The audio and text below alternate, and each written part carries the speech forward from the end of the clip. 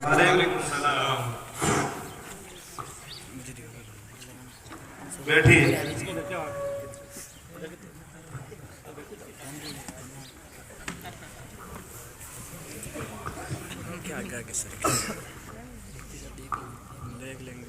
क्या हुआ सरपंच साहब, परेशान कैसे नजर आ रहे हैं?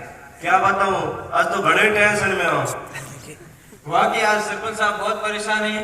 अभी अभी एक साहब के थप्पड़ मारते मारते बच गए। ऐसा क्या हुआ कि इतने परेशान है? कहीं मैं खुद ही परेशानी मती, उधर वो तारीख से ना बरत पूछने लगे हो कि जब 26 जनवरी हमारे इस्लामी त्योहार है तो वो नमाज होती हुई है। दरअसल बात यह है कि 26 जनवरी की तैयारी लोग इस तरह करते हैं जैसे कि ईद की नमाज की तैयारी करते हैं। तो इस बेचारे ने ये देखकर सोच लिया होगा कि ईद की तरह 26 जनवरी की भी नमाज होती होगी। ये तैयारी तो दरअसल इसलिए है ताकि ये बात सबको मालूम हो जाए कि हम मुसलमान साल में जिस तरह दो मजहबी त्योहार ईद और बकरीद जोश और खरोश के साथ मनाते हैं, इसी तरह दो कौमी त्योहार यानी यौम आजादी यानी 15 अगस्त और यौम जमहूरिया यानी 26 जनवरी भी मनाते हैं। तो इसमें परेशानी की क्या बात है?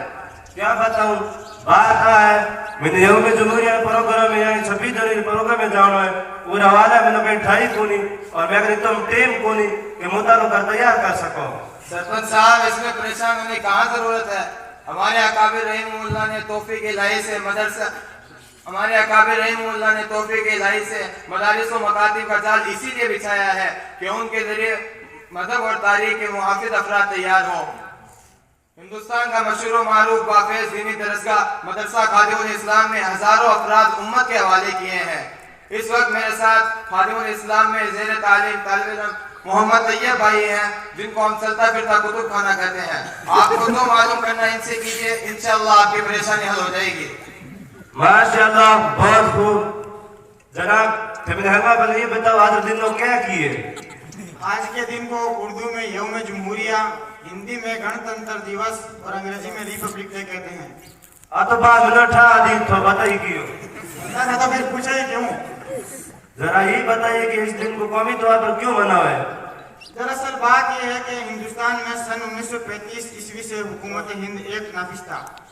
बड़ी जद्दोजहद और मुसलसल कुर्बानियों के बाद हुकूमत हिंद एक्ट को मनसूख करके 26 जनवरी सन 1950 ईस्वी को हिंदुस्तान में आईन हिंद का निफाज अमल में आया और हमारे इस जमहूरी मुल्क में हुकूमत हिंद की इसी मुनासिबत से इस दिन को यौम जमहूरिया कहा जाता है। सरपंच साहब, इन मामूली चीजों के बारे में भी पता नहीं है तो सरपंच बनने की क्या जरूरत थी? अरे तो रुक रहे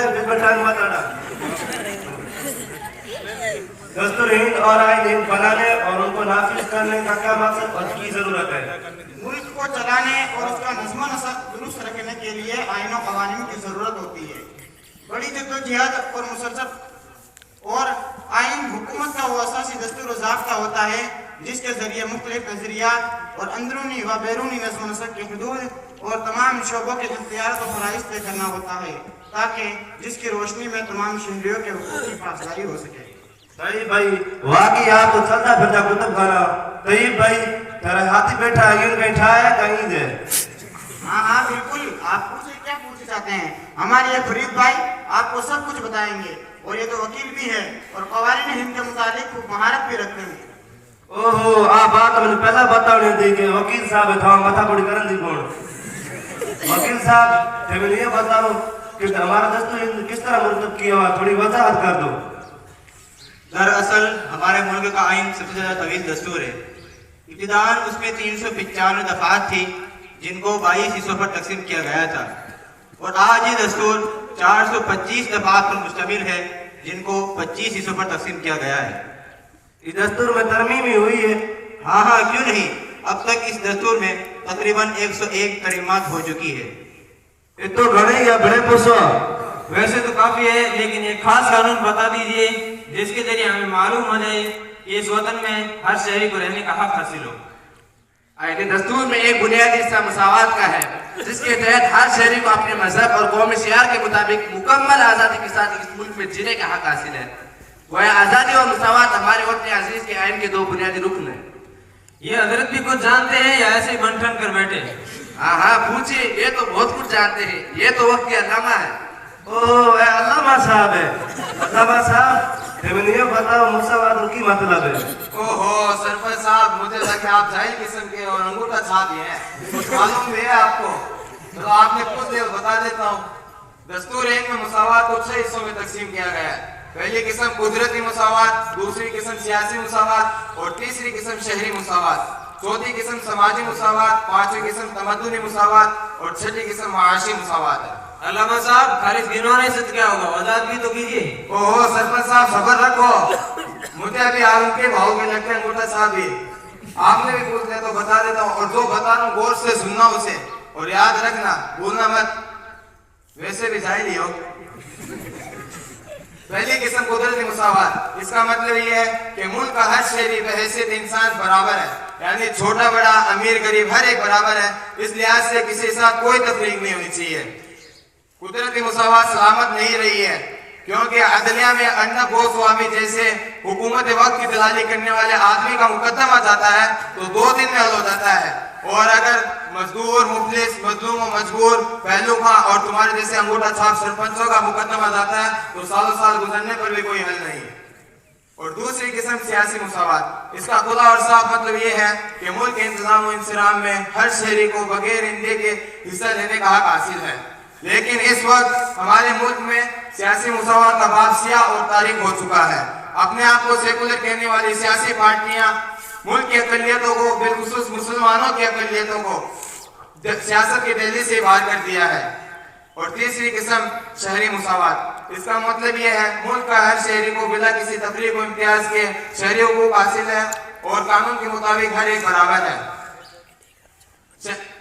शहरी मुसावात को मौजूदा हुकूमत जो आरस की गुलाम है, वो अपने अजीज की जमहूरियत के बाग को आग लगाने और उसको उजाड़ने का अज़्म मुसम्मम करके कुर्सी पर बराजमान है।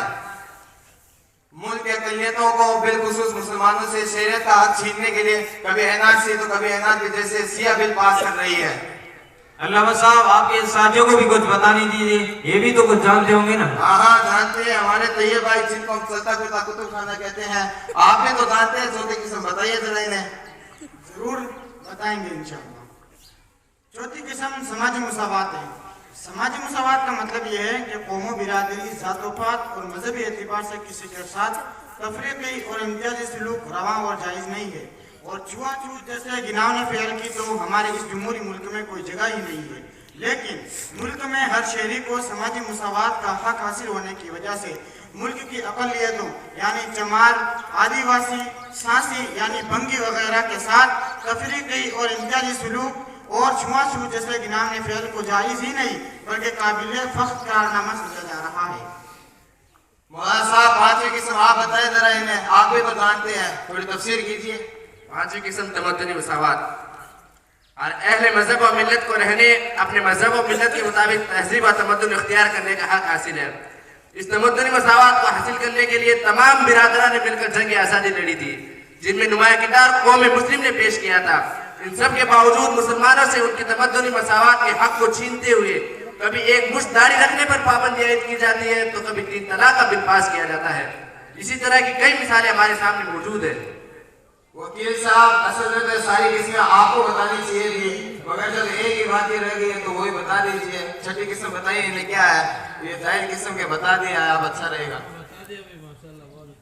छठी और आखिरी किस्म है माशी मुसावात। इसका तो इंतहाई अहम मकाम है।